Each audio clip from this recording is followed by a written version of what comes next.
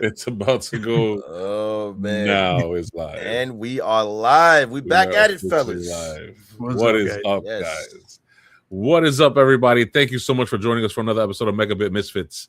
And on this live recording, so whatever happens, happens. Whatever said is said. If we mess up, we mess up. Oh well. On this episode Deal of with MegaBit deal with it, damn it. On this episode of MegaBit Misfits, we are speaking Pokémon Champions Disaster, Starfield update. It's now officially on PS5, which is for me unbelievable because like 3 years ago it was on PC. Anyway, all this and more. Stay tuned. Hit that motherfucking music. All right, believe myself.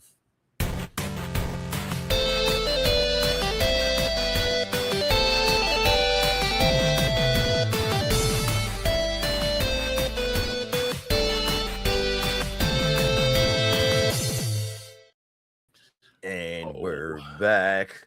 Oh my. Look at the seating order. I fixed it. Okay. Okay. Nobody noticed it.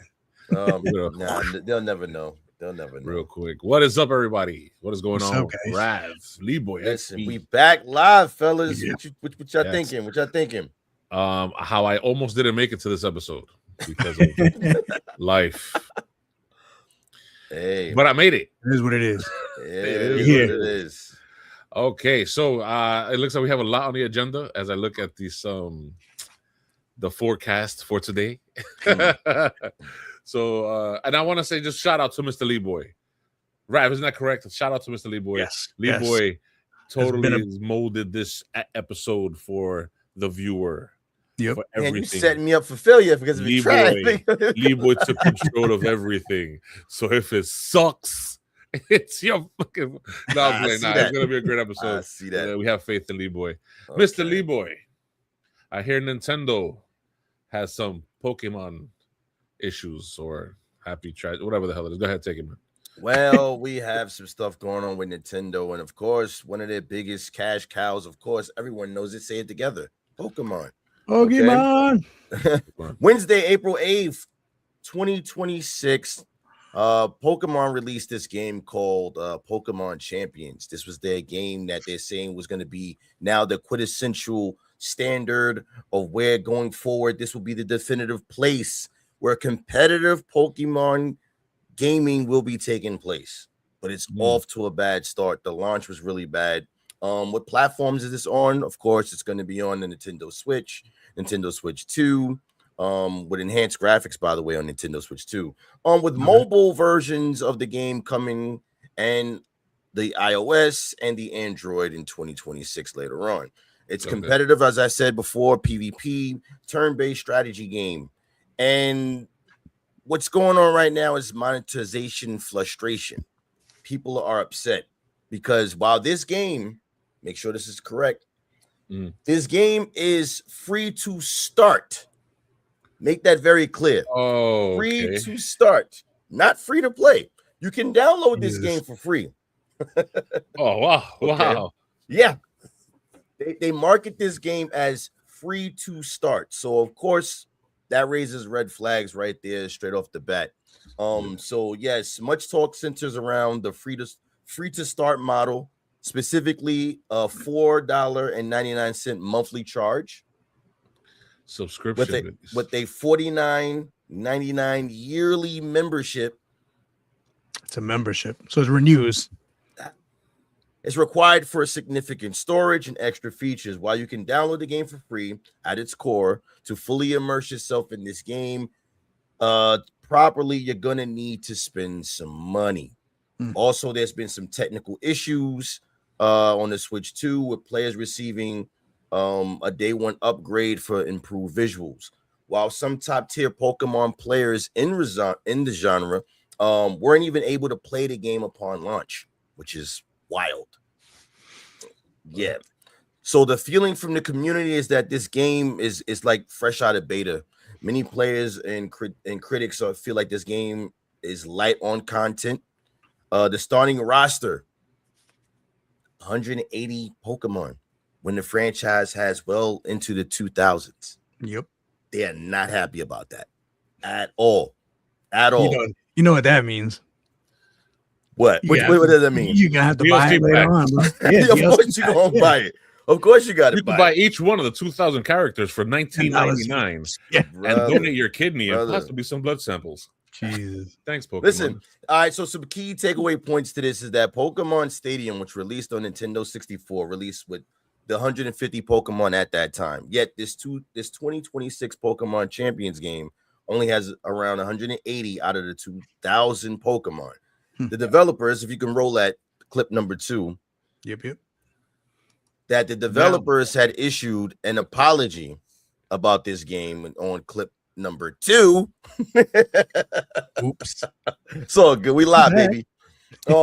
So they issued an apology about this game. This is actually the wrong clip, believe it or not. We're already messed up. Bro, you said 2. That's 2. I know it's 2. I done damn messed up. We're on a roll, guys. But we're gonna keep this up, keep that up, because we're gonna go into, because that's the next thing we're gonna roll into. They issued an apology about the Pokemon game and about they're gonna be doing some fixes and whatnot. So that's actually gonna be clip number 1, I believe. If we can hit that real quick, or clip number 1. You mean this is 1? Yeah, Okay. they apologized for it. So expect anybody that has Pokemon Champions right now that you're gonna be able to, hopefully play the game better than what it is right now, according to what's going on with it. But yeah, brother, the launch is back. So You got anything to say about it? do we know, was this the Pokemon company? Who's the developer of this? If it's from mobile, I'm assuming it's not the Pokemon company. This is not from, if you're talking about what's this guy's name? What is it? I'm about to say, why do I got NetEase in my brain? Not NetEase, Game Freak. Yeah. Now this is a company that did another Pokemon game that I heard was really trash ass. But yeah, it's not the same people that did the regular. It's not Game Freak. Right. Yeah, I mean it sucks because you see Pokemon, you think you're gonna get a certain level of quality because they're so associated with Nintendo. But the second you get out of that range of being on strictly a Nintendo system, you're open to everything. And this is a problem with the Pokemon company and Game Freak and in general making Pokemon games having their hands in too many pots, where it's like you got Pokemon Go, you got this, you've got all these other Pokemon spin-off games, and not the right people making them to give it the quality that the regular Pokemon games, and not every Pokemon game has quality, I'm just saying, but to have the Nintendo quality that people expect. You know what I mean? So that's my opinion on that. This game is not designed for the generations from before. I mean, I think we spoke about this before in one of our, or 2 of our actually episodes before, where the new creators, the new designers are like, they're not doing it for the, at least I feel this way, they're not doing it for the fans. I'm not a fan of Pokemon. If you watch the show on a regular basis, I could care less about Pokemon. It's not my thing. But it's a franchise that's the biggest franchise on earth for video games and video game characters, the biggest freaking one ever, period. So they're not, Nintendo is not utilizing it to the full capability to actually create games and media that a lot of people already would enjoy. So now they're dropping this, and this is supposed to be the end all be all type of thing that you were saying before. Like this is where the official, where everybody's gonna come play and and it still was done half-assed. Yeah. Does that not say something to what the management of this game, this franchise, media cares, is saying about how they feel about the actual consumer? I would say everybody bitch about this. Everybody complain. Send all your thousands of millions of billions of emails and say we're not paying for shit until everything is fixed and is a high quality. $49 a year plus $5.99 a month. So you're paying a subscription plus a yearly payoff for what? For something done half-assed mediocre. And then who gets that money? Does the owners of the license get that money, or does the studio that made the game get the money? Like, how does that split? I think one gets $5.99, the other gets $49 every year. And whoever put the most into it or something, but it's crazy. It's not fair to the gamer. to the people who love this franchise, LeeBoy, you're one of them. You're one of them who loves this franchise. Yeah, man. And I know you're disappointed. Yeah, man. I heard about it, and when I was going through the research for this, just to answer Rav's question, this is the same developers who made Brilliant Diamond and Shining Pearl. You know, one of the worst Pokemon games people talk about when they mention it. But you got a history of this. It's not good. Yeah. It's ILCA. I don't know how to pronounce that. So that's the name of the company. We're working alongside the Pokemon company, but it's ILCA. But yeah, I was disappointed, Ray, man, because I like Pokemon. You know, Rav mentioned it before. He said that Pokemon is one of them games that's for like kids. You know, it's not the same like when we're little. People that are older now, you know, some outgrew it. Some I don't want to outgrow it, but it's outgrowing me. You know what I'm saying? Because it's not the same game anymore. But this right here, you know, I guess people felt like this might have been something they were hoping to take the place from the N64 Pokemon Stadium, and people got hyped for it, and it's just turning into a greedy cash grab, bro. Because check this out, the Pokemon in this game, here's another thing. The Pokemon in this game are all the evolved versions of them. Like you're not even getting the cutesy or characters that everybody knows. Bro, you're not getting, for example, you're not getting Charmander, you're getting Charizard. Straight to the evolved form. Right. Evolution. You're going straight to those forms. So it's missing out on that. How do you have Charizard and not Charmander? Like there's no, you know, levels to go up to as far as like where you start at. And that takes a lot into the gameplay, where it's like you expect to level up your Pokemon and kind of have them evolve and all of that stuff and get new powers and stronger and all of that. And it's like, if that's a main part of Pokemon and you're taking that out of the game, what are you doing? You know, it's going to become pay to win. Straight up. I'm just telling you straight up right now. It's going to be pay to win. It's going to be pay to win. Yeah, I was thinking the same thing, because you want to compete, open your wallet. Yeah, you said that they have 180 characters out of 2,000 plus. And all of them are being evolved. So you take out the RPG element out of it. Is it a turn-based game? Turn-based, yes, it's what turn-based. I see, right? Yeah. So you're taking the evolution out of the game. So that's one of the fun aspects, because people are looking forward to that moment where you're like, yeah, I got my character to the next level type of thing. Unless they're adding a whole new level of evolution, which is there a third level to Charizard? There's I think it's the mega. I think it's the mega. You got mega evolutions. You got usually it's like three to four evolutions depending on the type of Pokemon or whatever it is. But it's like the whole point is that if you don't have that in there, so like there's got to be other features to this game. That's his name is Help Tendo. I'm sorry, I just saw the thing. There's got to be other features to the game. There's got to be something that it does different from the other Pokemon games. Because then if that's what you're doing, just go play those. But for this to attract people and to kind of like feel like you're in that Pokemon universe and all of that stuff, you got to have familiarity. And if you don't have that, then what's the point? Yeah. Can I say something else? Like just watching this, like mind you, I'm not a Pokemon.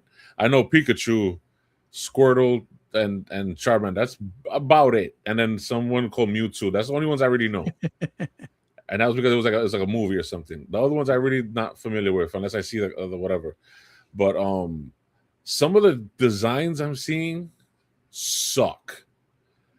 Like, first of all, the generic characters. I don't mean the Pokemon. The generic characters in the background. The player 1, player 2, the blonde kid with the shades, and then the girl. Like, could they add a little bit of effort into designing these characters? Because that's supposed to be you, right? I mean, unless the person... listen, unless you paying for you.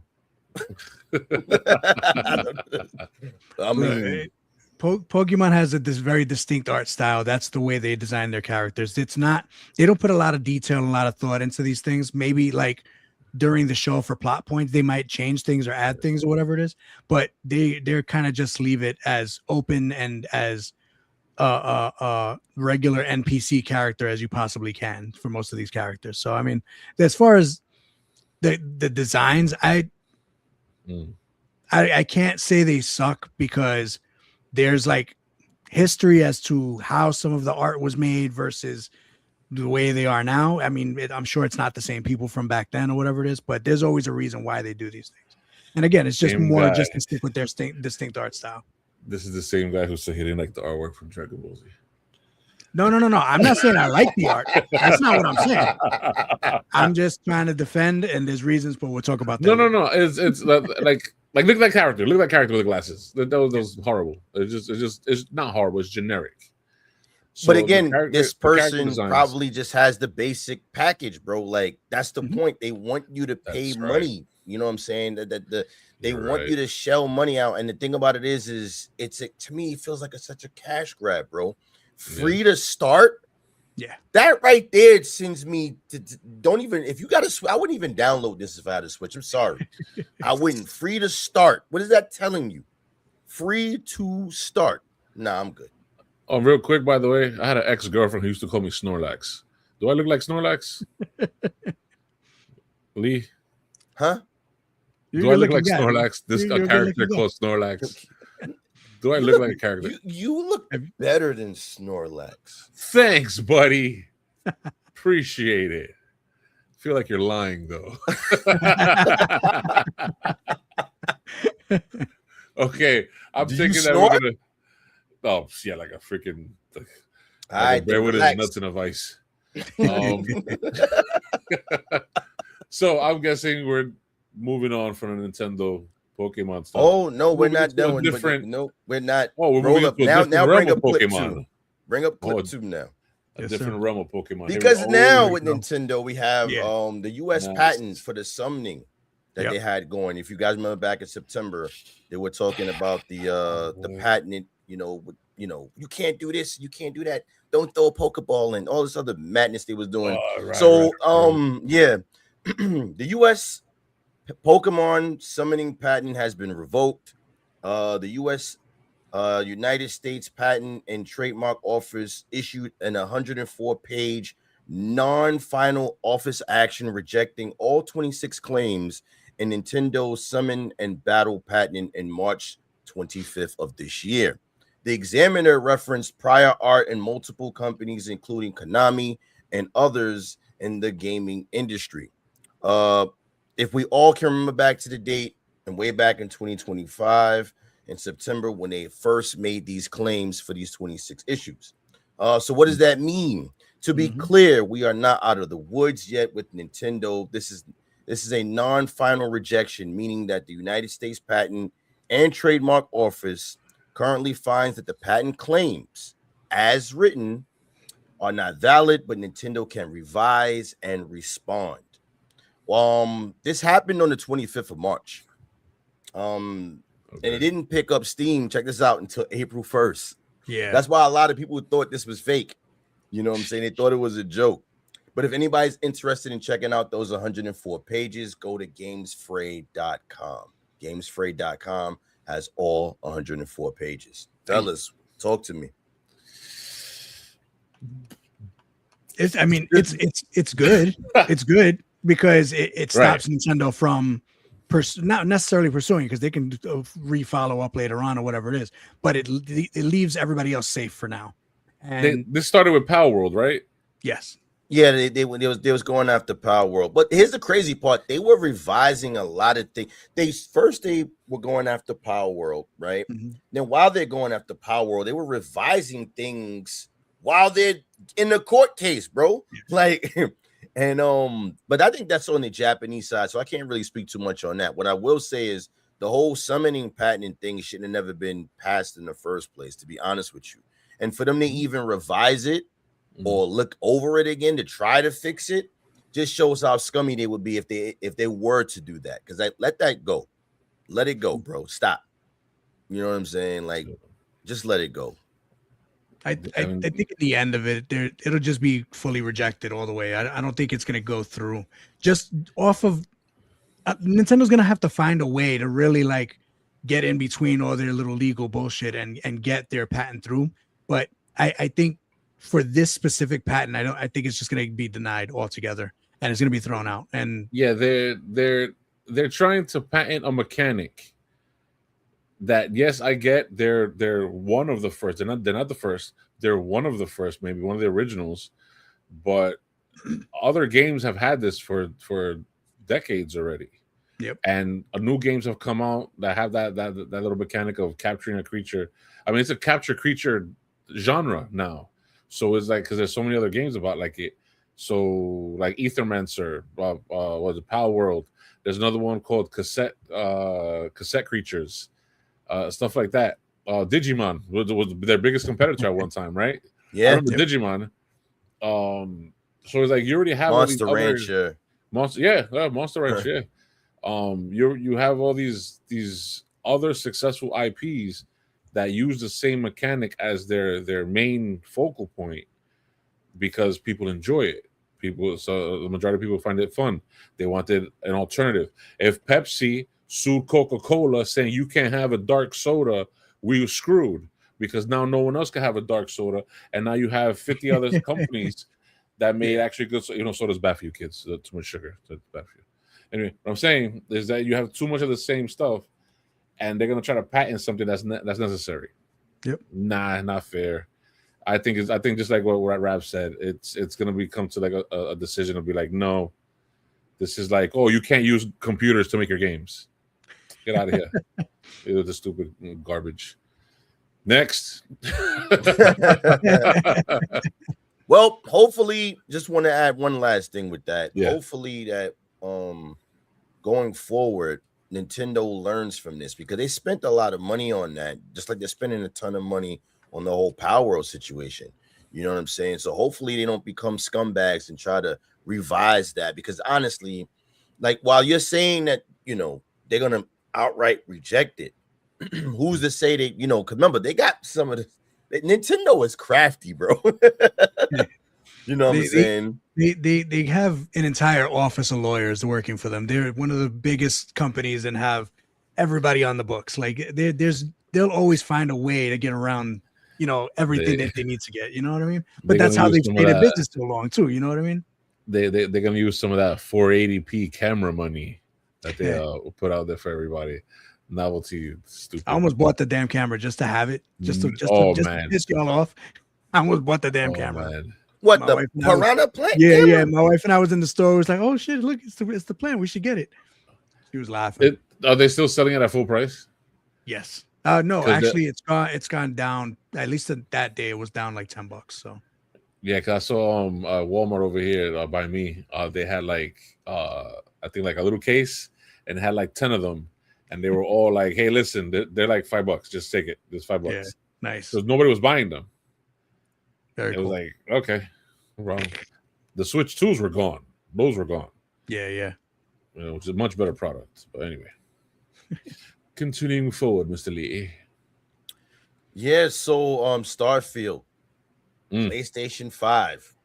Before I even start, I just want to, because you played Starfield, right? Yes. Okay, so how do you feel about that? How do you feel about Starfield? Overall, I enjoyed the game. Well, I didn't beat the game, but I enjoyed playing the game when I was playing it. I'm obsessed right now with a different game. I'm not gonna go into it right now. But when I built, me and my friend built the computer. In reality, he built it. I just watched him, and I gave him beer while he was fixing it. So, so he built this thing. I just added some of the memory, and I built the PC because Starfield was coming out for PC, and I just wanted the game Starfield. So I wanted to play it. So that's why I built this thing, to make sure I could play Starfield. So I built it more powerful than the specs that you needed to play Starfield at a high level. So that's what my little story right there with my PC. I was excited about the game. I got the game. I enjoyed it. I played it, but I understood why a lot of people were saying that some things could be a little boring, some things a little too slow. So the you have a bunch of planets and it's a bunch kind of empty, whatever. But then the updates over the past year and a half, 2 years, because the game is now what 2 years old, 3 years old, something along those lines now. 2.5. Man, 2 years. it's a couple of years old. I think it's going on almost on 3, perhaps. Yeah, I want to say it's a couple of years old.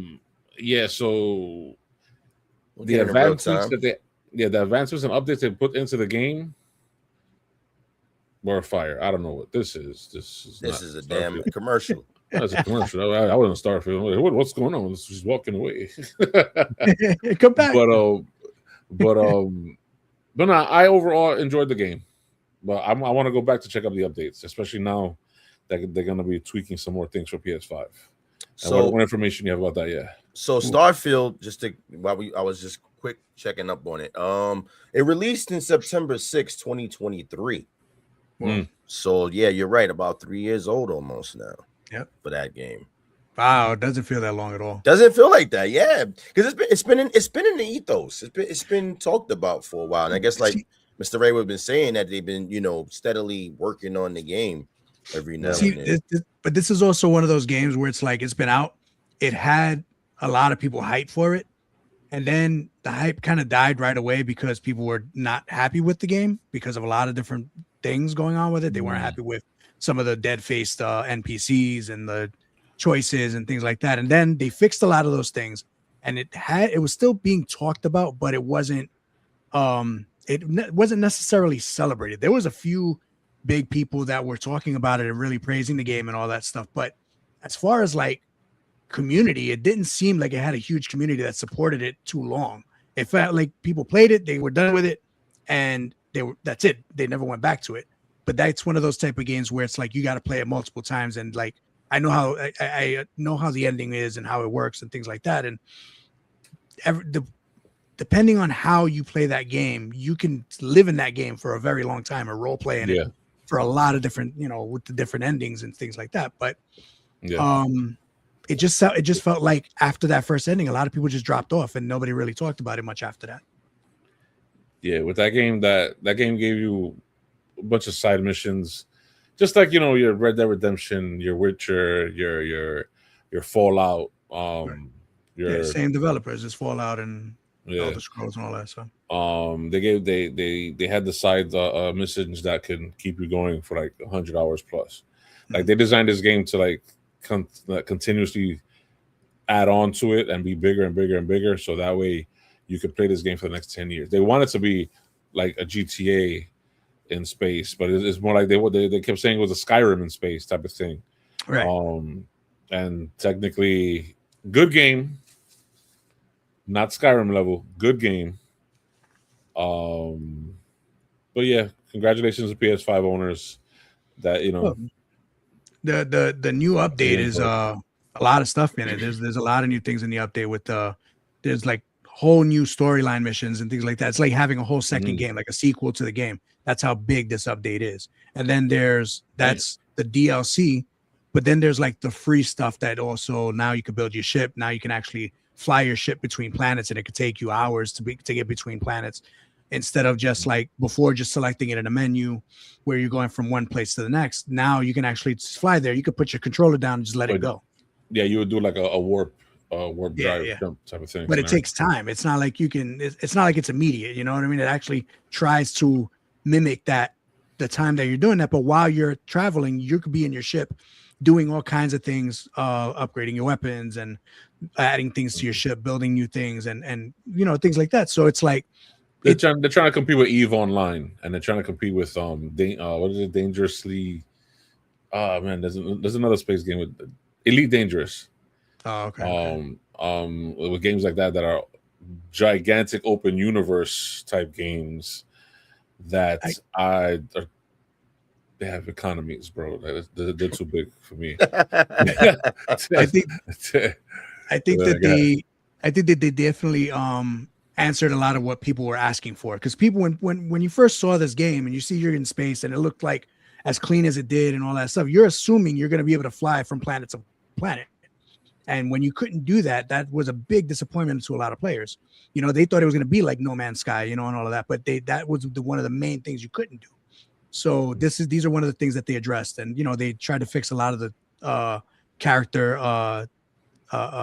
quests and things like that to make them more natural. And like, there's a lot of things that they did to the game to update it for free.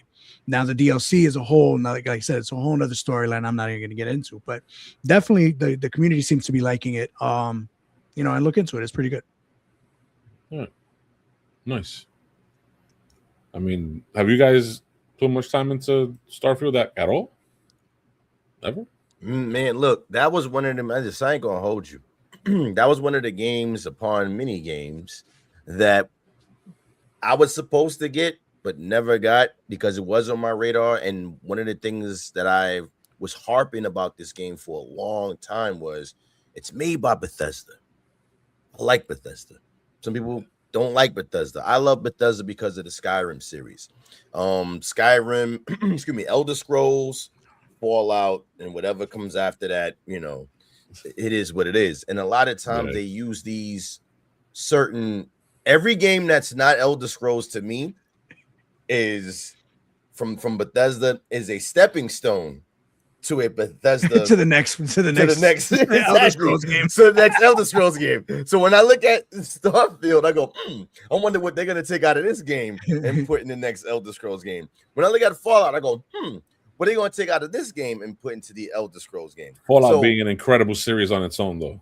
That's because they've launched. Look at Fallout, incredible series, standalone by itself. But Fallout has always been the forerunner of the Elder Scrolls. Like things that happen in that game spill over into Skyrim, like mechanics and how things are run. So that's why I look at it. So no, I never got a chance to play Starfield, but I kept a very close eye on it, especially when it's one of them projects where they had a lot on their plate, like very ambitious project, but didn't pan out right. You know what I'm saying? Yeah. So that's how I view Starfield. Hopefully that the thing continues, and just like the ticker says, which I was about to do right now, move over to the new No Man's Sky, which is a similar game like Starfield. So what's going on with No Man's Sky? Apparently there's an update, something called Xeno Arena. Mr. Lee, or who has this one? Rav? No, Lee. Nah, Lee got this. Lee got everything. Go, Lee. Oh my gosh. So the Xeno Arena, they're calling it Pokemon in space. That's the word on the street. No, back to Pokemon. It merged the two last stories together, though. Hey, check it out, man. I can't make this up. I didn't ask for this. It's designed well, Lee. It's designed well.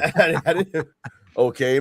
The tactical combat in battles uses complex systems, 8 elementals, and fire beats frozen, but is weak against radioactive. So things that's like a rock, paper, scissors type thing. Like, you know how Pokemon is. You go around and you can get these eggs. I guess you fly into space, and on different planets, you have to befriend creatures, and sometimes I think you even breed them as well.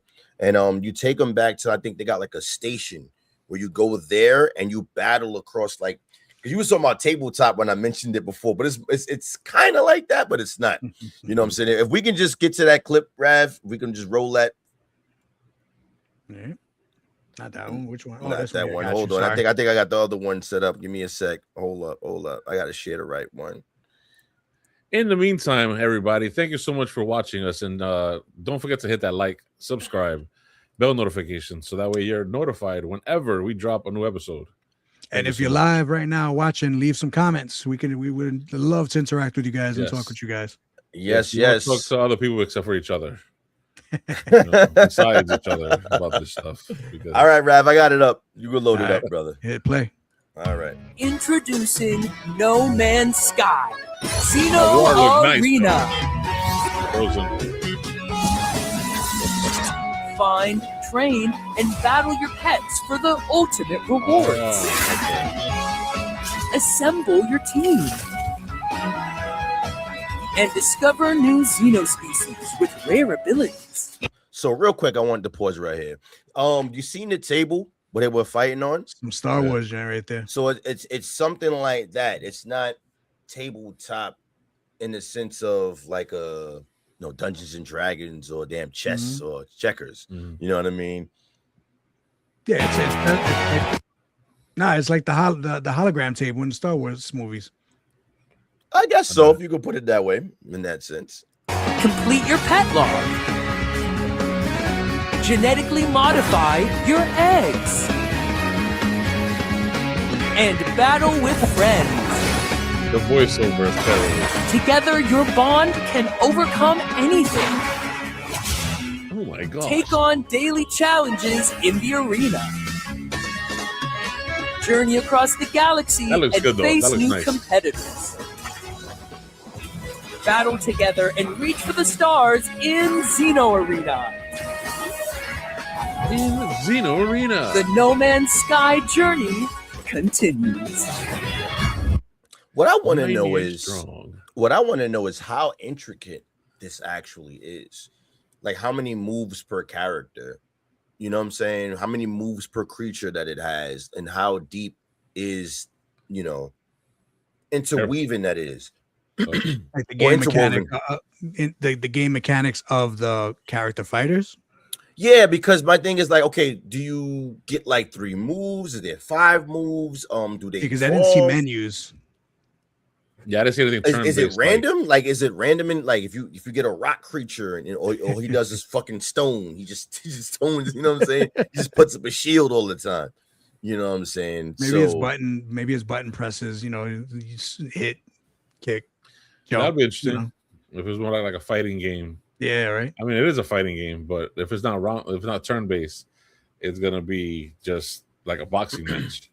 So what I got here is for, like, I wrote down pros and cons from what I got. It says social and competitive play. You can find the Hollow Arena tables. Yeah. All right. At space stations, the space station has these tables set up. New in-game rewards for winning battles that earn you nanites, exclusive titles, and things of that nature, and refining creatures for battle and their traits. I don't know what that means, but I guess you're gonna get that. But the cons is the initial grind. Let's say eternal. Like this is forever, ever. The eternal grind. Forever. That's Rey's job. It may be The oh eternal my grind. gosh. Building Right, a competitive team Grinding. requires significant time spending and exploring to get eggs and breeding for ideal traits. They're saying it's a high learning curve for casual players. It says it's RNG dependent. Battles include mechanics for dodging critical hits and bonus moves, which can occasionally make matches feel determined by luck rather than skill. So we might be right on that. It sounds like an auto fighter. It might be auto fighting. Did you say the word RNG? RNG. The letters. Oh, okay. Yeah, RNG. I want to say like orangey, like citrus. Some shit. I'm sorry. A lot of orange in that trailer. Oh my god, the Ebonics. RNG. Yeah, so that's it on No Man's Sky. So right now it sounds like a good concept, fellas. But my only problem is the dependency on it being an auto battler is like, how long you think that's gonna last in the game? I think it's a nice addition, but I don't think it's nothing too much to brag about unless you like something like that. This seems like somebody's gonna get like the best one, like we're gonna just get the best breed and just let it auto battle and win all the time. I see what you're saying on that, but I also see it where you were saying that like you get to refine your monsters or whatever it is, and it's kind of like depending on how much you train with them, you can build your character. So maybe somebody might have the best monster or whatever for the moment, but then if somebody else is just training their character more, that obviously what are the chances of them bumping into each other to fight each other? But maybe it'll be more random. It's like just kind of like a roll of the dice type of game. We just don't know. They need to definitely give a video on how that game would work within the game to make it make sense for people playing. I think that's what's going to happen on the next trailer released for that game, because that voiceover was freaking annoying. Yay! Yeah, well, I don't really, I don't care for the game. I mean, No Man's Sky I haven't played in 10 years. But anyway, moving on because the purple ticker tape controls our lives. All right. We're going on to Mr. Rav's no hits or no new hits, news bits, whatever the hell it is. Hit the transition thingamajig. I like that. Oh one.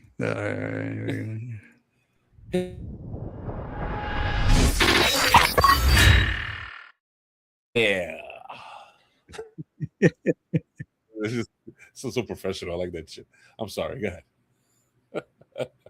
So today they had a showcase called Triple I Initiative, and from what it looks like, a lot of the games that were shown on there were indie games, or I think every game on there was shown were indie games except for the few of the licensed ones from bigger companies like Castlevania.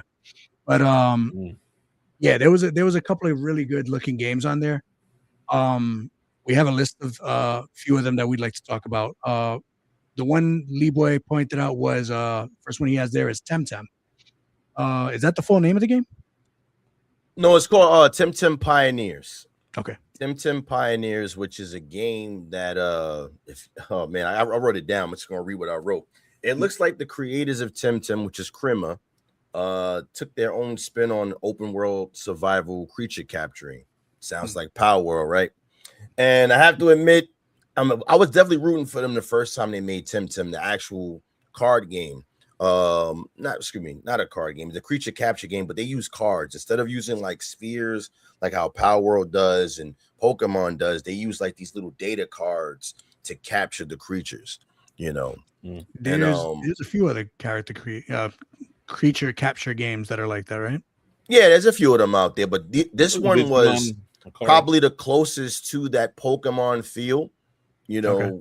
So yeah, it was a lot of hype when TemTem came around, and also they had like 2-player like battling, you know, almost like I want to say a multiplayer game or MMO type game. It was definitely a multiplayer game where you can team up with your friend and go around and, you know, almost like in a Pokemon match, like you go into like gyms and win badges and almost something like that. Not exactly the same, but it was very close.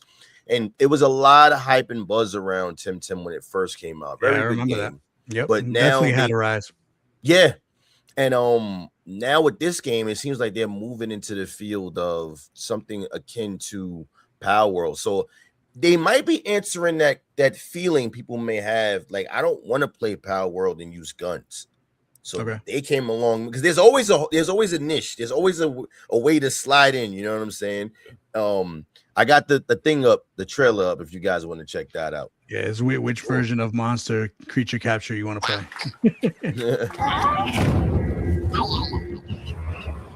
Seems like a Warner Brothers design, Pixar. Yeah.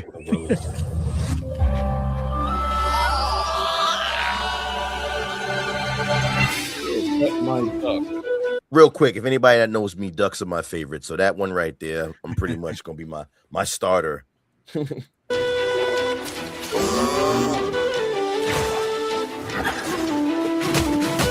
Now that right there, just real quick, the transformation, that reminds me a lot of Animo, the creature capture game that's going to be coming out. That's when I first saw this trailer. That's exactly what I thought of. Like, so you could tell they took some elements or some inspiration from that, because I think Animo was probably the first one. I could be totally wrong. Correct me in the comments.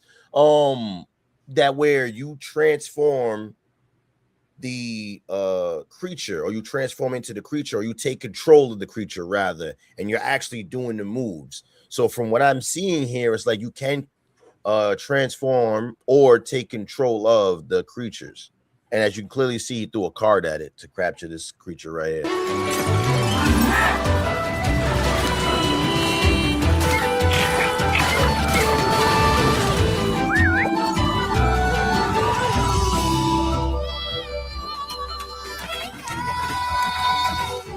Yeah, so survival elements. Yeah. A lot of this is screaming Power World, but again, without the guns, and you can see multiple people on the camera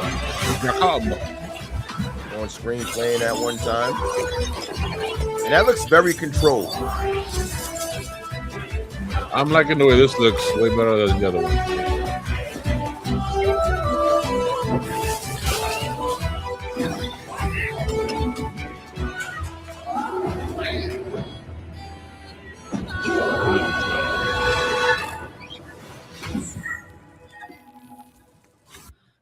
Yeah, so yeah, TemTem Pioneers looks like definitely a game I'm going to be playing.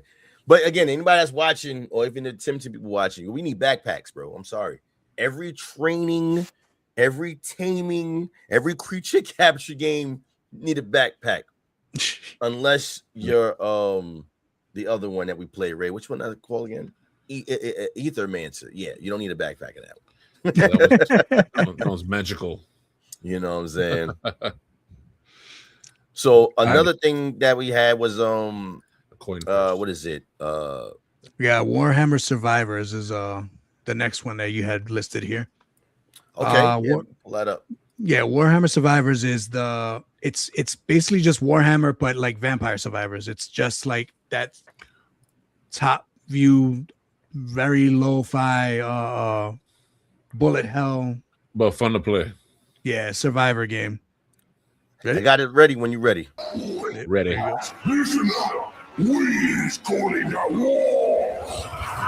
The humans have to our turf, but looks like I brought some proper snazzy kids to the fight. Some fight proper sneaky. The big boss of the blue. I ain't gonna lie, that last one like Duke Nukem. Here with his claws, but that's nothing on our power claws.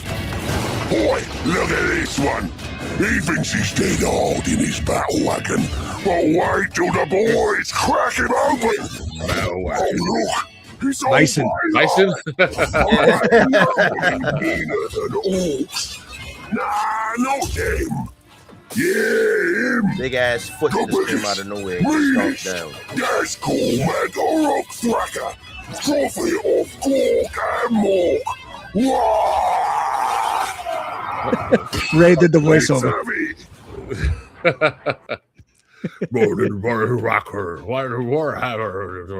Yeah, that's gonna be that's gonna take off. It's Warhammer. I'm telling you, that's gonna take off. If you didn't already have Vampire Survivor, I don't know, man. I mean, maybe it's a new iteration, so maybe you get more people in, but I don't know. Vampire Survivor looks faster too. Like they're about the same. They all got the same damn rundown. Yeah. But I think what it is with me, just me personally, I think that because Warhammer's name attached to it, people are going to be more inclined to want to pick this up. Or turn away from it. That's the thing. It's like it doesn't look like the last Warhammer game we had was a first-person shooter, and when you go from that to this, it's kind of like might turn some people away. You know, the last Warhammer game, the first. Hey, look, I like Warhammer and I like Vampire Survivor. You put them shit together, I'm gonna get the game. I got you. You know what I'm saying? So, what's the next one on the list? We got next game. We got Final Sentence. Now with Final Sentence, because of this game's graphics. I don't think we can show it. not so much the graphics, but just the content of the game itself. Can we just show clip A, please? Yes, sir. I want to see this. Okay, so here. Yeah. He's in a very compromising situation. Very compromising situation. What this game is about, it's called Final Sentence. The game Final Sentence, yes, it's developed by Button Mash. Cool name, by the way. Developed by Button Mash and published by Paulden Publishing. This game, just without spoiling it for nobody, is pretty much Squid Games with a typewriter. So I'm going to say. Watch the trailer. We can't show it here. If you can go to clip B, because while he's sitting there typing, this is the person that's standing over him. Yeah, okay. The Court of Owls. Exactly, the Court of Owls. Where the hell is Batman? Clip C. So right here, there's a stop clock rather over there, and you have a certain amount of time. You have a certain amount of errors that you can make on the typewriter, and yes, you are competing with other players. And the crazy thing is, and Mr.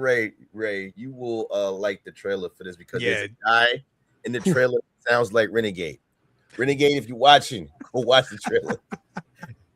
It sounds like a dude in there that sounds just like Renegade. That's like, I'm typing as fast as I can. You know what I'm saying? So yeah, it's called Final Sentence for a reason, because it will be your final sentence if you fuck up. So yeah. All righty. That looked interesting. I think I saw something like that about a year ago, like a snippet or something, and I was like, "Oh, that's cool." And now I see this. It was relatively the same thing, I guess, but it looks way better than what I saw. I think I saw like earlier rendition of it. This trailer is dark, man. It's a very dark. Yeah, it's funny too because like they be winning. When they win, they give the middle finger to the people that got the guns in their hand. Like it's like, yo. But then like when they type it, they mess. They go, wait, hold on, hold on. You know, it's starting to sound like John Berthold when he played what is it? Was it Punisher? Yeah. No, that meme. No. Yeah.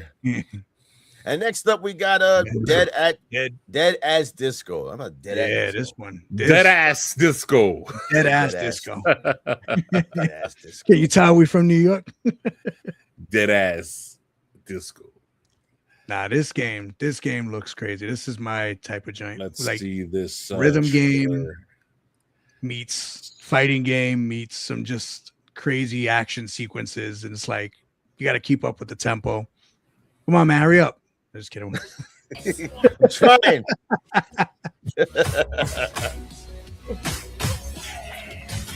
Oh, stutter. Yeah, like it's not that stutter. This is the game, guys. The game stutters a lot. Oh, it's moving on a little bit. We're catching up. There we go. So the point of the game is you gotta hit on beat. So that's how you get your points. That's cool. Yeah, That's just fun. Yeah, this game was dope. it's like Batman Arkham meets freaking Saturday Night Fever. Before we continue on this game, could you please inform the audience and Mr. ReyRey one of the coolest features this game is going to have? Oh, yeah. I'm sorry, I almost forgot. So this game is gonna have. How you forget you the one that pointed it out? Yeah, no, I didn't know you were gonna throw it at me. So this game has a bunch of unlicensed music, so you'll be able to stream this game without getting copyright struck or anything like that. You can stream it and play the whole game through. But one of the coolest features is you can add your own music to the game and play it on beat with your own songs. Oh, so if you have a playlist that you want to play to, you can do that. And then it takes all kinds of music, all kinds of R&B, hip hop, metal, whatever you want to throw in there. You can do it. We gotta record Mr. Rav playing this game to his heavy metal grunge.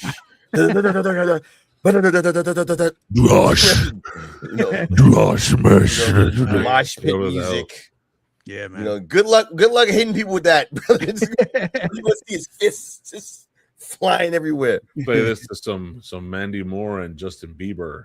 Oh man, it's just you don't like music like that, so let's continue.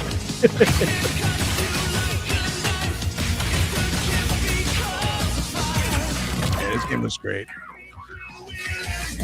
Shout outs to IGN, by the way.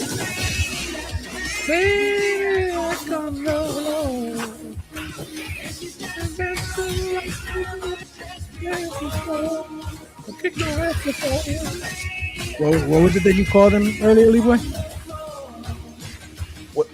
Who I called this guy here? Yeah. What'd you call him earlier? Oh, this is Michael Jackson's illegitimate son. All you gotta do is bust out a moonwalk because your man got the glow over here. He lighting their asses up. I would feel more with John Travolta. A mod coming soon for this. When if you know Michael Jackson in it, it's gonna be the next Fortnite. Watch. I get to see them modding in Michael Jackson from Ready to Rumble. It's about Rumble. I see this game blowing up for a while. Yeah. Especially that you can put your own music into it. What was the Xbox one that came out like this? Oh, you're talking about Unbeatable?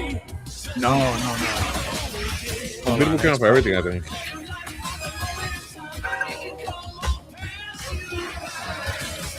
Yeah, but even Unbeatable is not like this. The one that they closed the studio down. Huh? The one that they closed the studio down. Oh, the studio down. A fighting game? Oh yes, with the guitar. Yeah. Star Hero. Damn. I know exactly which one you're talking about. Xbox closed it down. It was an Xbox game. I know exactly what you're talking about. Yo, he dead ass Saturday Night Fever posed on it. That's what I was saying. Like, it reminded me more of John Travolta.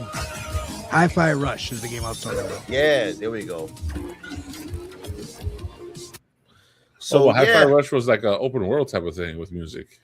It was like a Saturday morning cartoon, but you get to like shoot and hit everything, but you got to do it on beat to the music, and it's got all kinds of like, it ranges mostly like kind of like pop music, right? Or what kind of music was it? I don't remember. I didn't play the game, but I know a lot of people enjoyed the game, and it sucks that they closed their studio down because everybody was waiting for a sequel on that one. And you said this game you could put your own music, right? So imagine someone who puts like some like trippy ass techno or trap music or something just that waiting for the hit to Key and Peele. Everybody goes nuts and crazy over it. I wonder how that'll happen in this game. I wonder if you'll be able to share, like if you have like your own homemade, like not homemade, but like studio made music or whatever, and you want to share it on here, and that'd be like the next independent like big outlet for people to put music out to. That'd be pretty cool. That'd be dope. But now moving on to another game, which is my favorite title of the evening. Oh my gosh. This is my favorite title of the evening, and I'm gonna have to say it a certain way. I hope everybody doesn't mind. I'm gonna say it a certain way. LeeBoy already has that face on, like, oh god. The game is called Too Deep. It's a dungeon game where it has rag physics. Cut him off. And what happened? Too Deep to Quit is the title of the game. Oh man. This is a 4-player co-op survival exploration game, and it seems like it has ragdoll physics. Yeah. And the dungeon laced with all kinds of traps, boobies. You see what? You heard what he said? Booby traps. I meant to say booby traps. This is what happens when you go live. So and I think you need to gather materials to keep your character alive, because if not, I think your character dies. I don't know if you start over. I don't know how it goes, but Mr. Rav, I got the trailer going. Hit that. Smothered by boobies. You would like that, wouldn't you? That's quite a way to go. I know what you're thinking. You're probably wondering. Oh, this looks like the Muppets. Yo, I was just thinking. Great. Well, to understand, I think we need to rewind a bit. It all started when my best buddies and I heard about this very ancient place. Let's go, guys. Don't mind me. This is like Bug Snacks from PlayStation. What I mean by the gathering stuff. Look, throw a dino. We were peacefully making our way through when everything went completely off the rails. You filthy beast!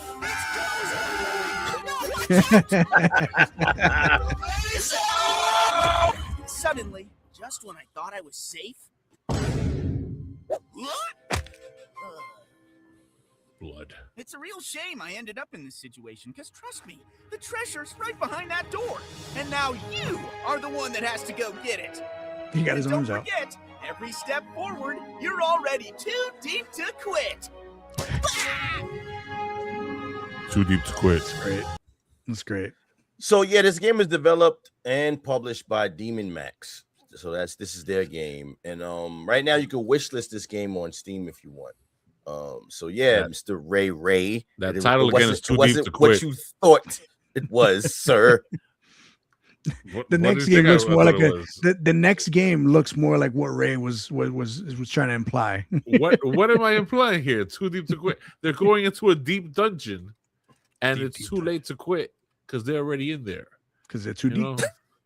They're too deep to quit because this guy, the gold is right behind the next door. You know what I mean?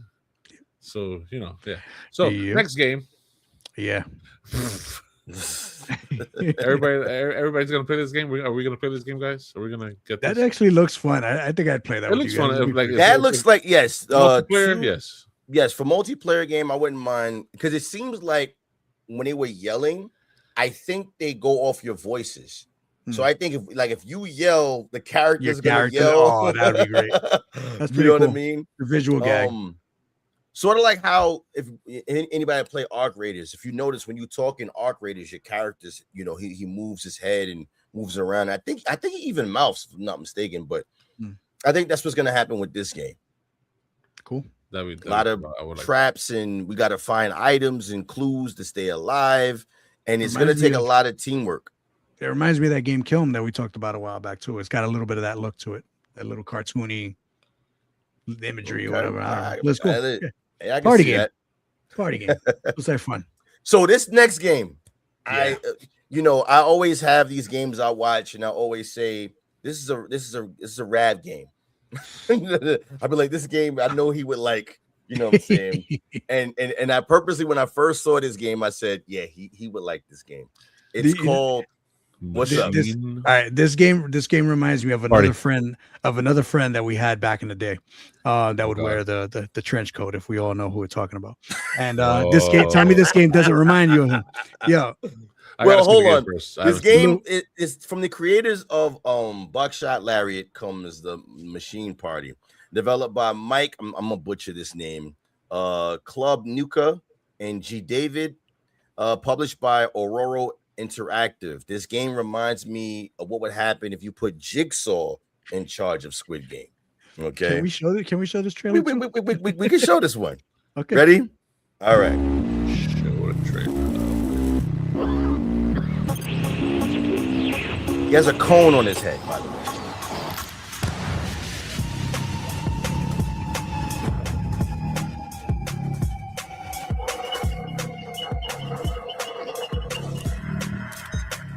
Yeah, this is a weird one. I love the way that it's weird. It's weird in a good way.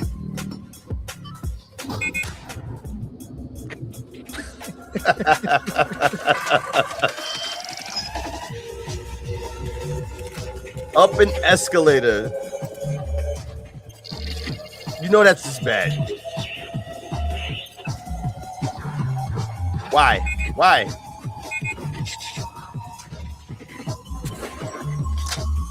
He just reached over. Yeah.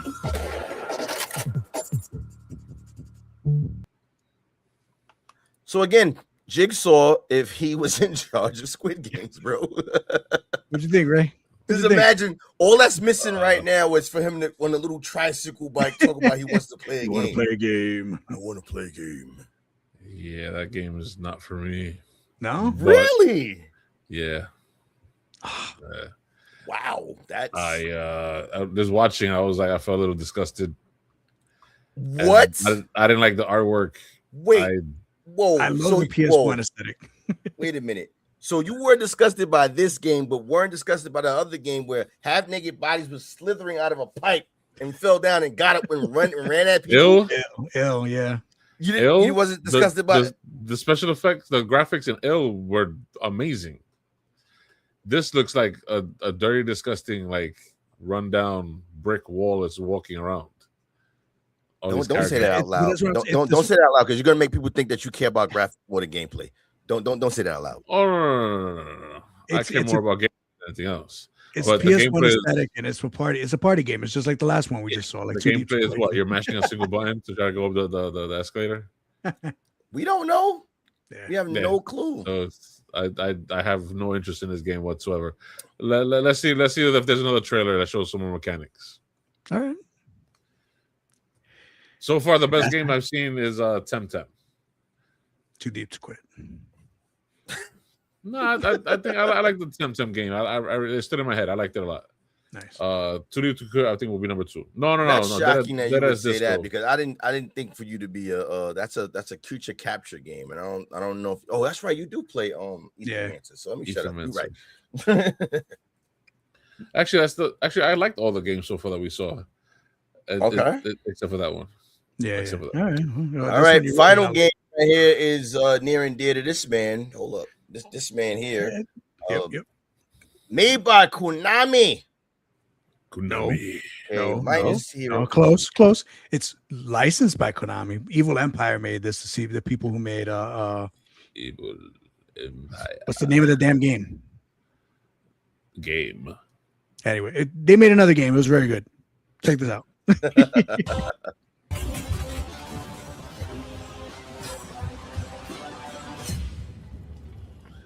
Hello, I'm Matt from Evil Empire, the studio behind Castlevania Belmont's Curse.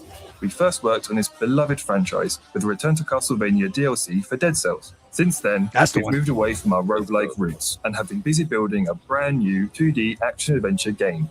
And I'm speaking for Taniguchi-san from Konami. My team worked on the Castlevania collections, as well as collabs with external studios. Evil Empire's tribute turned out so good, we really couldn't miss the chance to work with them again. Together, we're continuing our collaboration for the 40th anniversary of the franchise. Being a French team, we were arrogant enough to set the game in France, except for me, of course, being a humble Englishman. Now, let me set the scene. France out here getting it, boy. The year is 1499, and Paris has been invaded by Dracula's forces. As a Belmont, you will hunt down monsters across the city, scaling the sacred spires of Notre Dame, descending into the skull-lined catacombs, and dueling corrupted legends like Joan of Arc. Only berets and baguettes are missing, but I think you've had enough of that already. And what will become of Paris when Dracula's castle finally emerges? Just real quick, because I want to say something. Or not me say something. Mr. Rav, you had said something to me off camera about this game that you felt.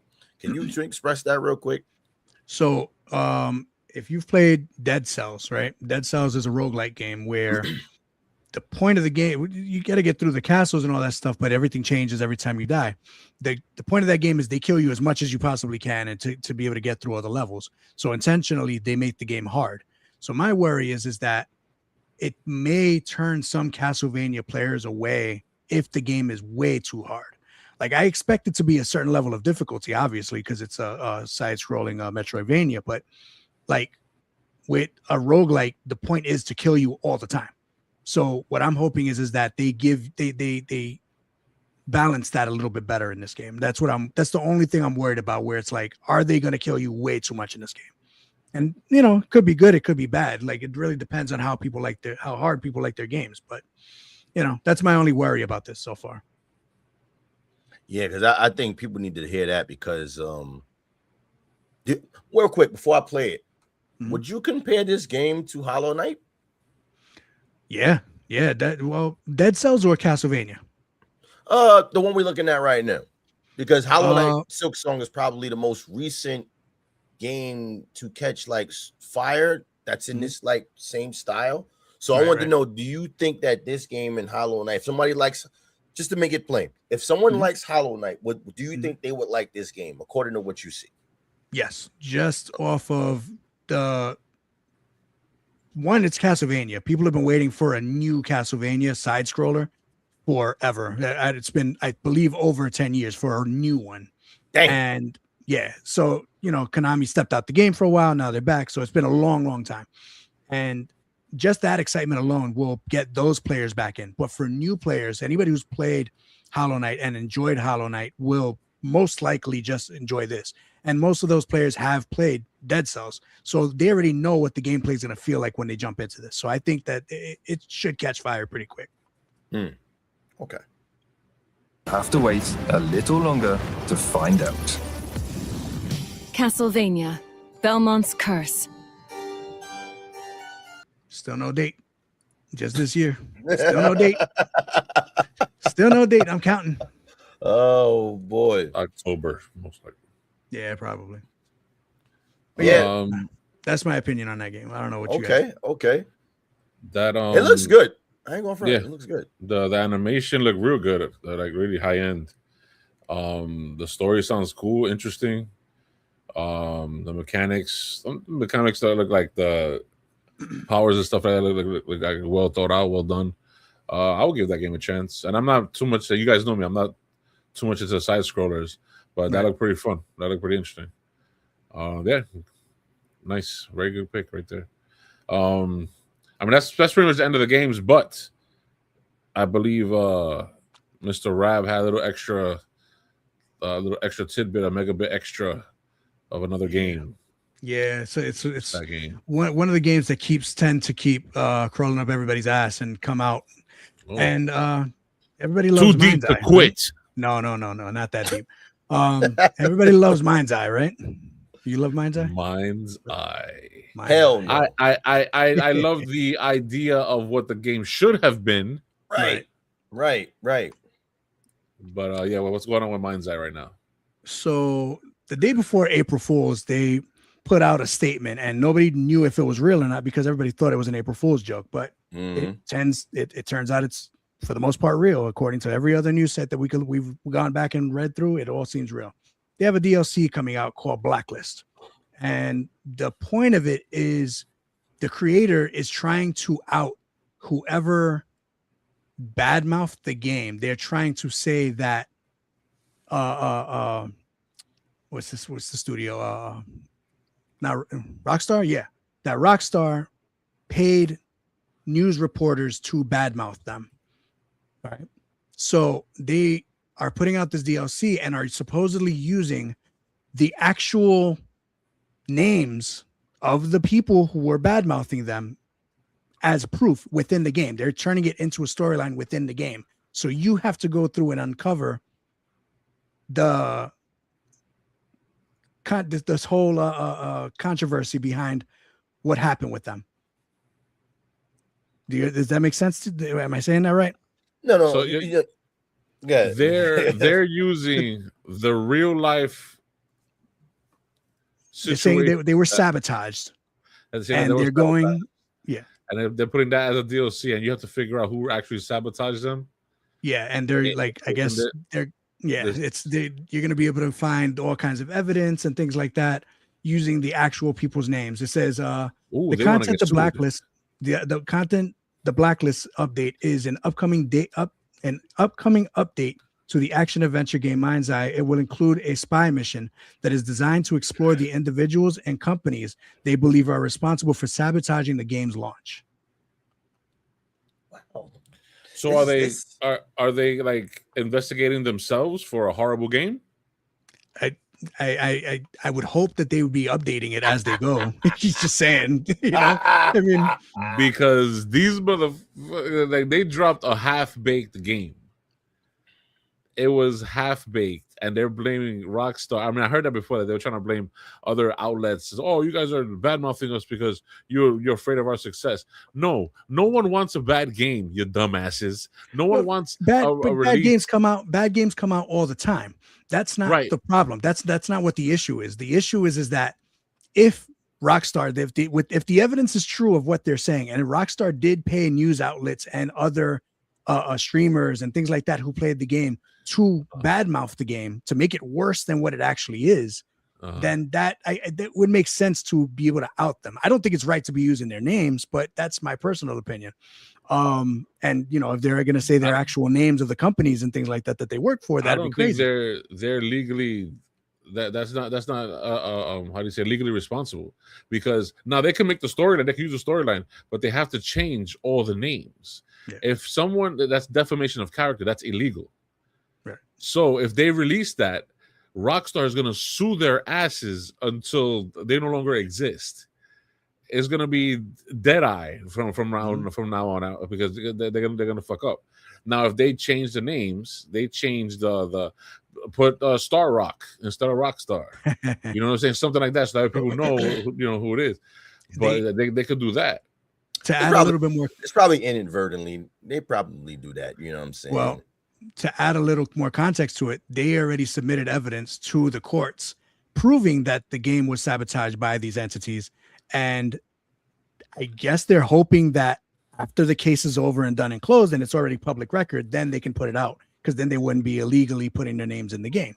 So I'm pretty sure that's how that's going to line up. They haven't specified a date of when the DLC will be coming out, but I think it's very like gossipy, very like it's kind of fucked up. You know what I mean? Well, okay, so this is so at one point, it seems like a genius move. Yeah. In another point, they're gonna get into trouble with bigger fish. And those bigger fish will, I'm sorry, they're gonna annihilate them. Yeah, defamation cases all left and right, you know? Yeah, so if they came out and said, hey, we're gonna use our reality as a story arc in the next DLC, then that's genius, because then people will be like, oh, so it actually really happened. So let me play this game now to kind of like figure out what else. So that's gonna bring a whole new people, plus maybe some old people back. So I can see that happening. It ain't that good. But it's not gonna save the release that they had. Now I don't know about you guys. I have not been keeping up with MindsEye.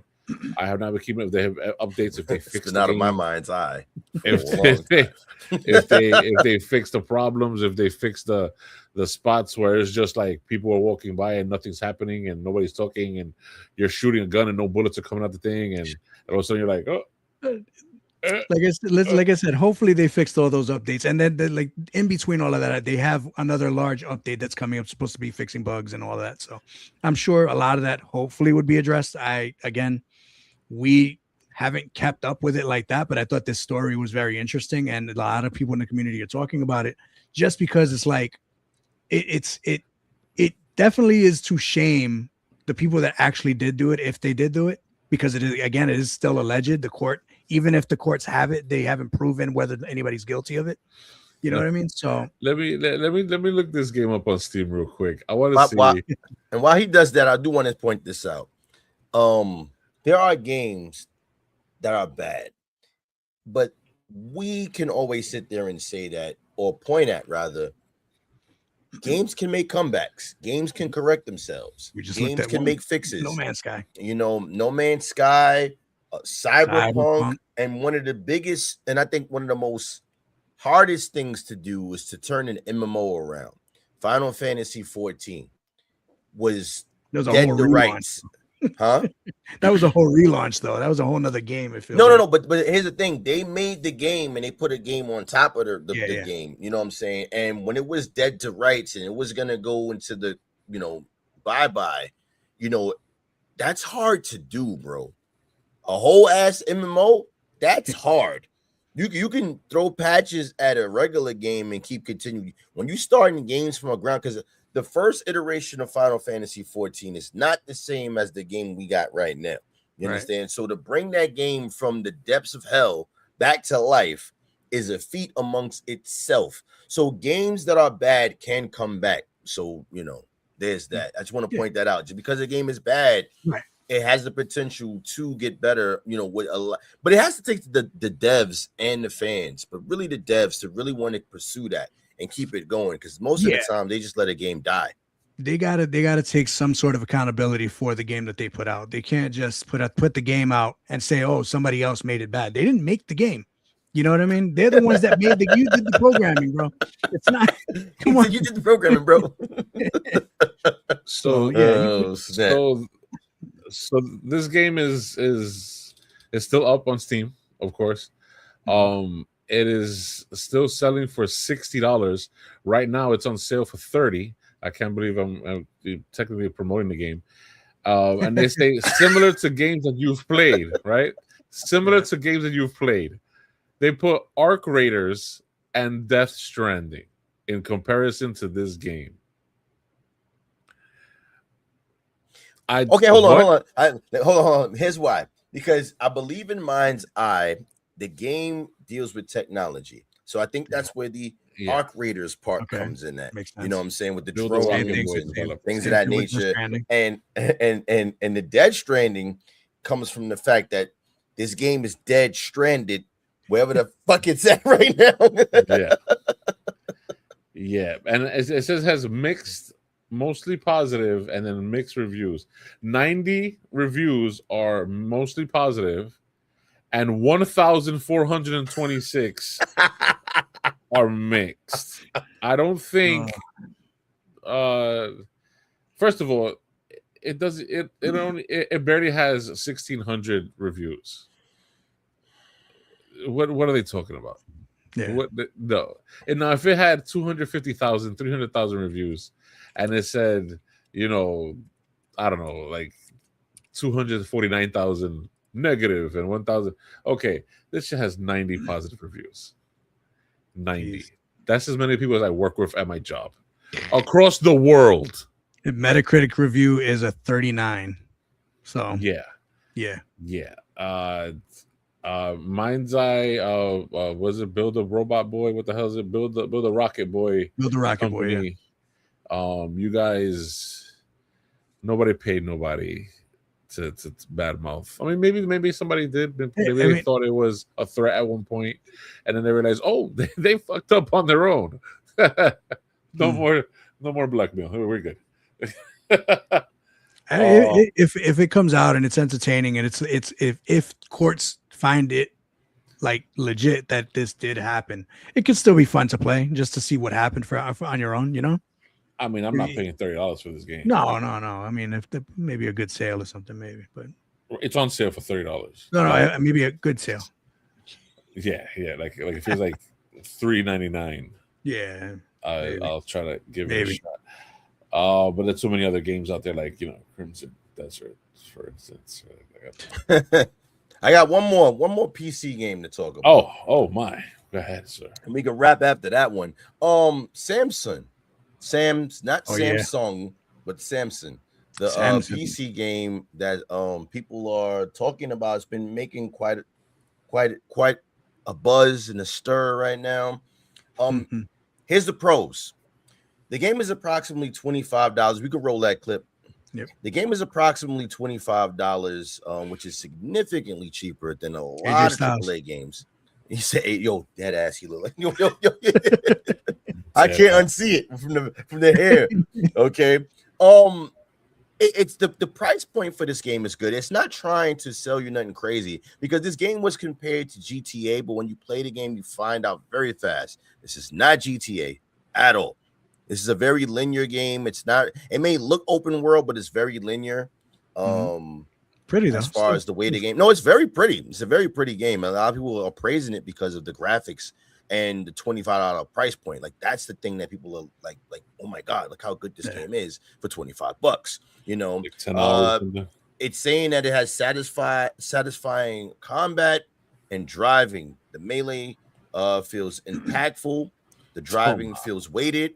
You know, and it says it respects your time, even though it's a short game. It's not long. Again, they're not trying to sell you nothing crazy with this game.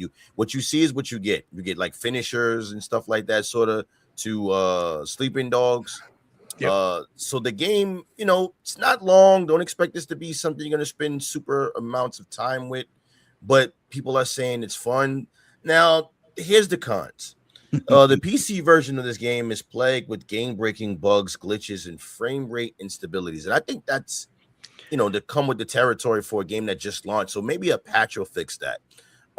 They say it's repetitive. Some of the gameplay is repetitive and that some of the enemy AI behavior is poor. And last but not least, they're quoted in the community that's saying that the story and characters frequently are criticized for being bland and uninteresting. But again, this is a $25 game that looks the way it looks, something to get in and out. You play it now and you have fun with it. Like right there, you see like a little glitch going on with him throwing the character around. But again, it's making its rounds right now. People are talking about this game, Samson, and we got a commercial. And it looks way better than MindsEye did when MindsEye came out. And MindsEye has a $70 game tag, still price tag.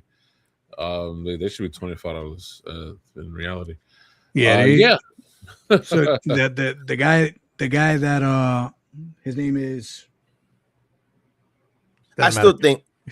Okay. I still think MindsEye should have been early access, but I'm good. Right. Yeah, no, the creator acknowledged that all the glitches and problems with the game and he released a statement basically saying, he didn't expect for his game to not be released with glitches. He kind of understood what they were getting into and did understand that they planned on updating way before, but they put the game out anyway as a release. So, they do plan on continuing to fix it and make it better, hopefully. So this is for Samson.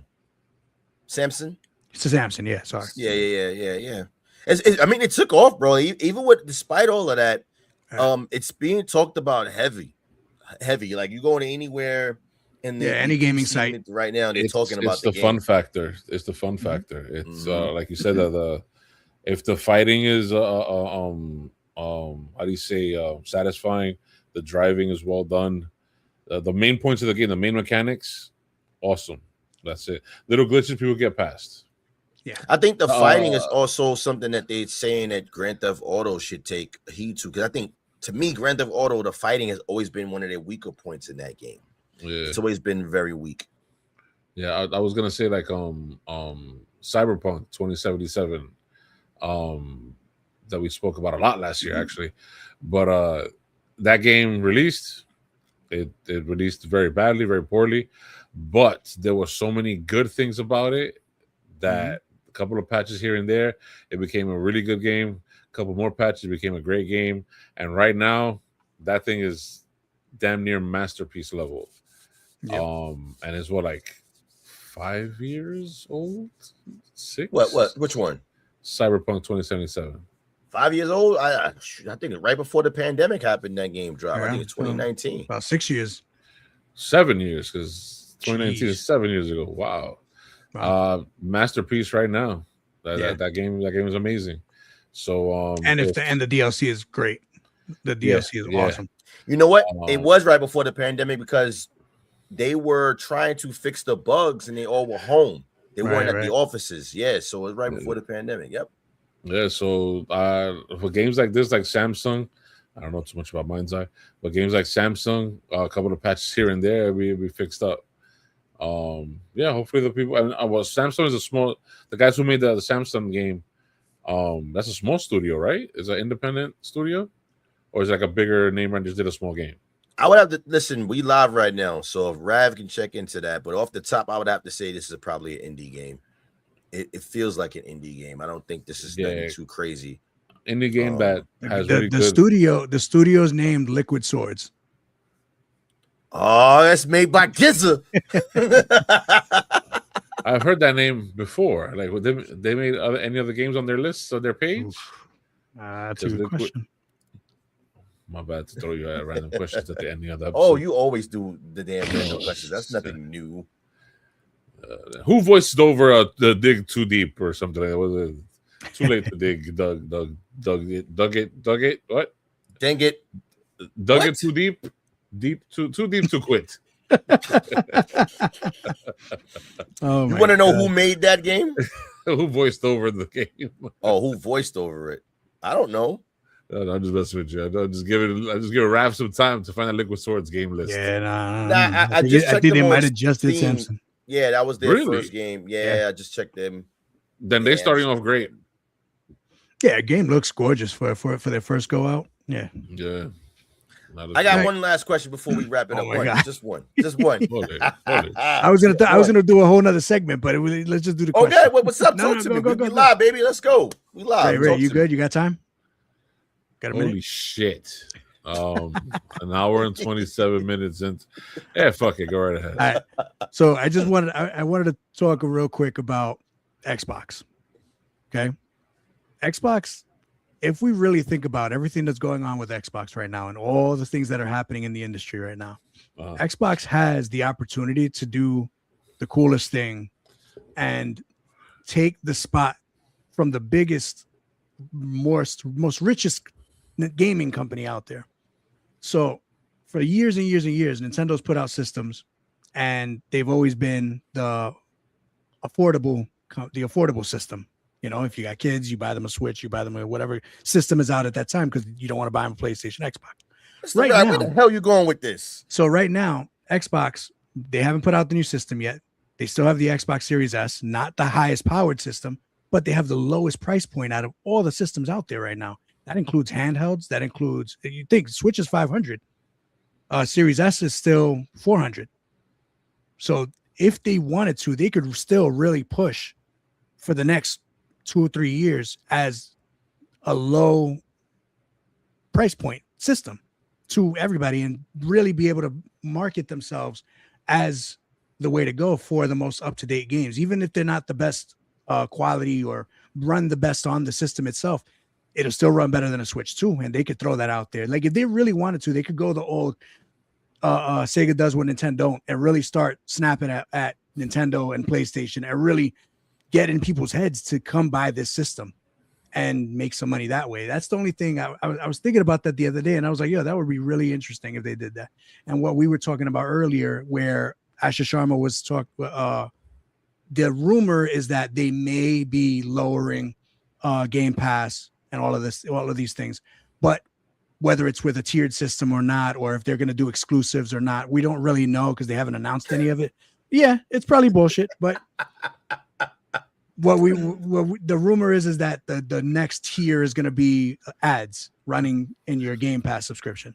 So if they do a lower price point and then do a lower price point on the system, they can make some money and survive at least to the next generation or two, as long as they keep up that momentum. So maybe if they do the next system, what was it called? Project Helix.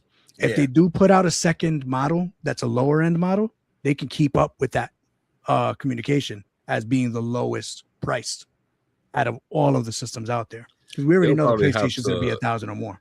Yeah, they will probably have to lower the price even for their existing systems that are out right now, because if a lot of companies already kind of take Xbox as the third option, or even maybe even the fourth option if ColecoVision comes back, or Jaguar or whatever you want to say comes back,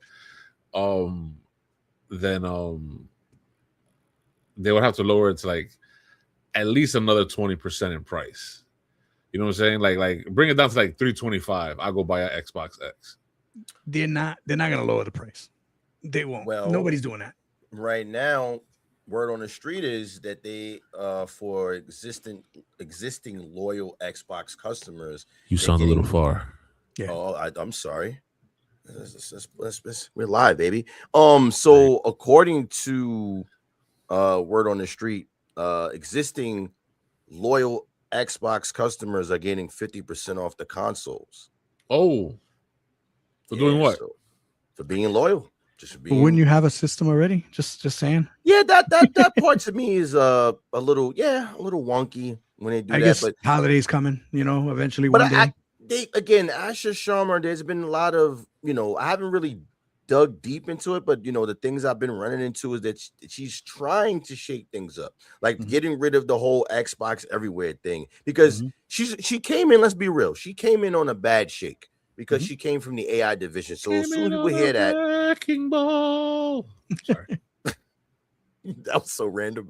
So she came in on a bad shake and a bad note, because everybody saw her as this woman that came from the AI division. Like soon as we saw that, oh boy, the AI woman, she's gonna tell us what to do about gaming, but she don't know nothing about gaming. And every time I turn around, I keep hearing little bits and tweaks, like there's a data mining saying it's gonna be like Mr. Rab was pointing out, a new tier system that they're gonna try to introduce. There's talks of them working with Netflix to try to get people on board. So who knows? I don't know what she's trying to do or how that's going to shape out in the future. But that's a nice start. You'll give 50% off consoles for loyal customers to Xbox. Not everybody's gotten this, so if you look it up, you can probably find it on the internet. Check your emails, talking about it and stuff like that, where they're giving out 50% off on consoles to certain people. Now, mind you, if she takes that route and that becomes something successful, Mr. Rab might be onto something. I don't know. Because think about it, if you roll it out to your loyals first, right?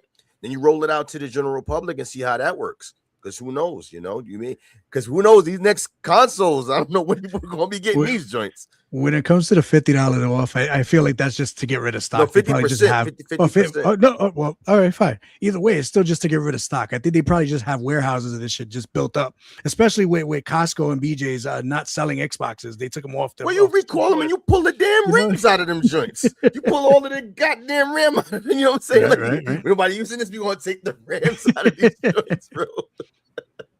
Gut them joints and use the rim. Yeah, but that's it on that. Oh, Xbox. He said, "Oh, Xbox." PlayStation. Remember, this used to be an Xbox. Not no more. Not no more. Oh, Nintendo. Video games. PC still doing great though. That's fantastic. Yeah, we're gonna listen. This whole thing's gonna get us by. The indies are gonna get us by. Them what's that? The triple I and initiative. That's gonna get us by, bro. I'm telling you. Shoot, like I said, I got 300 plus games in my backlog. I am too deep to quit. Bro, get us out of here. Come on. Get us out of here. Thank you so much, everybody, for joining us on MegaBit Misfits on this episode that we would discuss all these great little topics, and Too Deep to Quit is my favorite title, so I'm going to keep using that shit. You better play it. When we get the game, you better play it when it comes out. I'm going to play the game. I'm going to play the game. All right. So, yes, you can find us on the Instagrams. You can find us on the TikToks. We are no longer banned, by the way. I'm back. We're back on. Oh my gosh, that's for next video. You got to explain to everybody how we got banned. Yeah, on TikTok, bro. I got banned, really, technically, because it was my fault. No, but hey, anyway, because you represent us. Yes, I got banned because I'm me, and apparently, anyway, we'll get into that next time. But yeah, hit like, subscribe, follow us, join the MegaBit Brigade. I just made that up right now on the spot. And please leave comments, like, follow, bell notification, and remember, whether you love it, whether you hate it, play the games that you enjoy. Son of a bitch, you went mad fast though. You went mad fast. That's why I wanted to say it fast, so that way you guys would have stayed and fuck it up. We fucked it up anyway. Everybody, enjoy the games that you play. Play the games that you enjoy. However the fuck you want to say it. We out. Peace.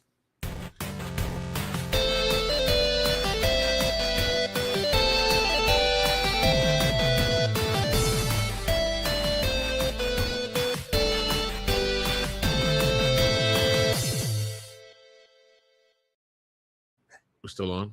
Yeah, we're still on.